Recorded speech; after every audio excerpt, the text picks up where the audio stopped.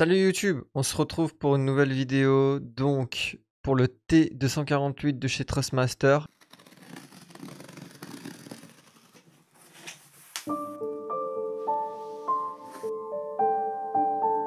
YouTube, j'ai trouvé une astuce avec une chaussette et du scotch. On le fait glisser juste derrière et normalement le bruit s'atténue fortement.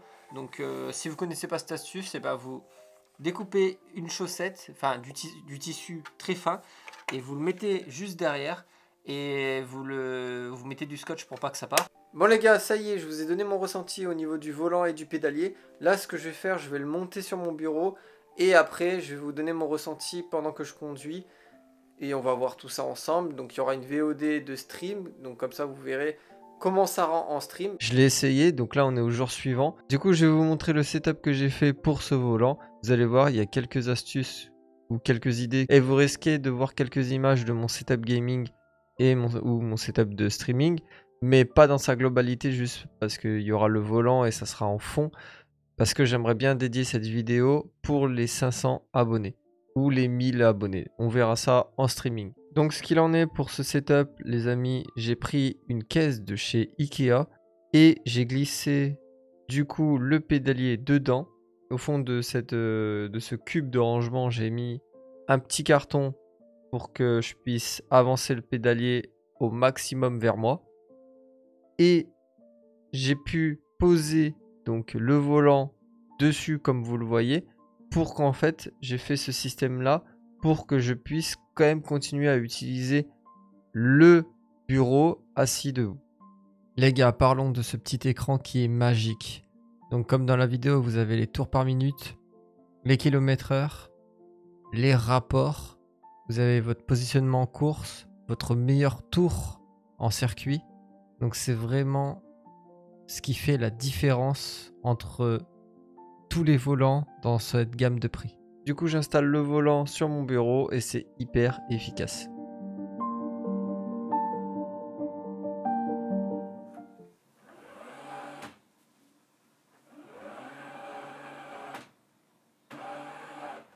Donc les gars, maintenant on va partir comme si on était en streaming.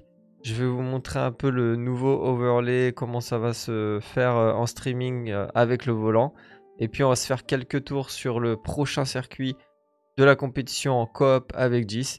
Donc voilà les amis, nous voilà au circuit en Belgique. Nous allons commencer à prendre notre réglage. Allez les amis, on se lance sur cette course de 5 tours, donc c'est parti. Let's go. J'appuie sur LB pour mettre l'embrayage. J'accélère tout doucement. C'est parti.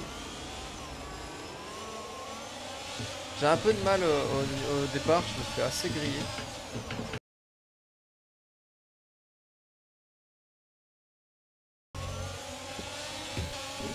Là, ça devrait être bon là. Je vais essayer de vous dire mon ressenti. Voilà, j'ai mis... Par contre, j'ai mis le... Oh, ça m'a fait trembler la voix.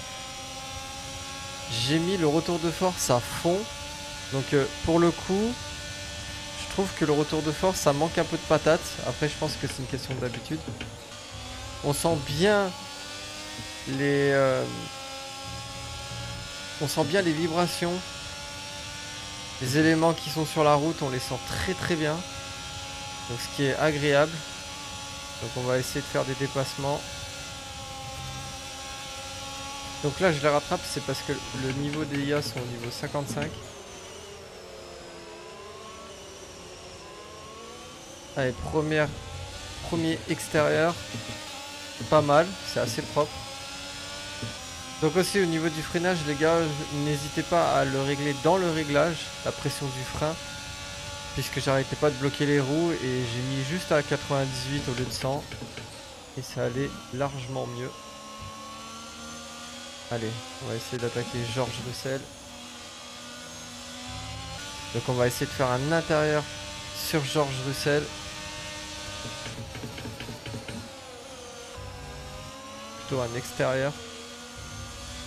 Pour finir un intérieur. On a un peu mordu, mais c'est pas grave. On a réussi à le passer. Je pense qu'au bout de 15 tours, ça commence à être physique. Et je pense bien qu'avec un Fanatec ou une gamme au-dessus, ça peut être beaucoup plus physique que ce genre de volant.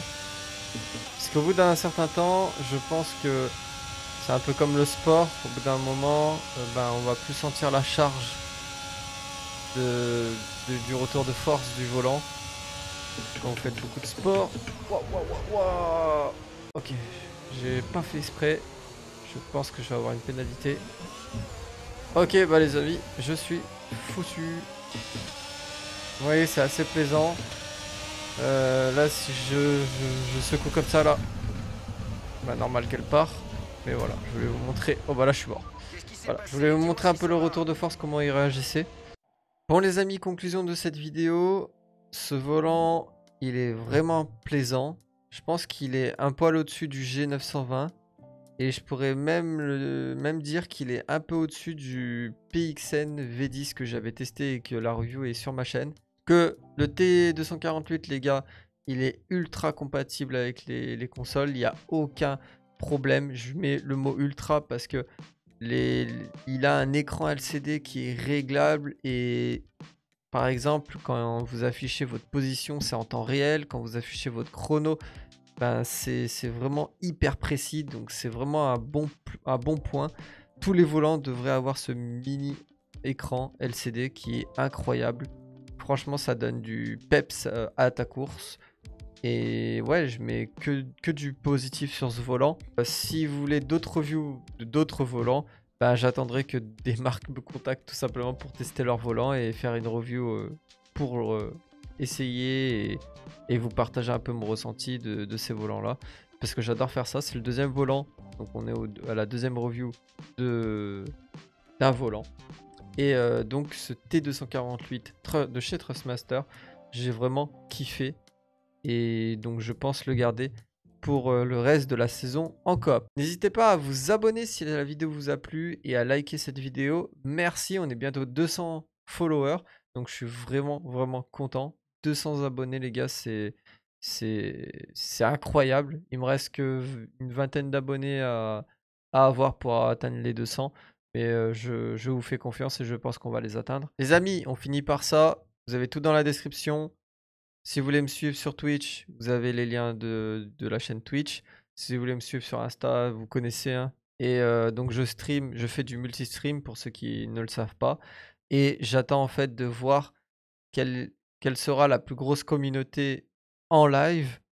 Et à partir d'un certain temps, je choisirai la plateforme de streaming officielle. Donc pour l'instant, ça s'équivaut entre YouTube et Twitch. Mais bon, n'hésitez pas à renforcer une des deux chaînes en live, bien sûr, pour que je puisse basculer sur une seule et me focaliser sur une seule plateforme. Allez les amis, assez de blabla.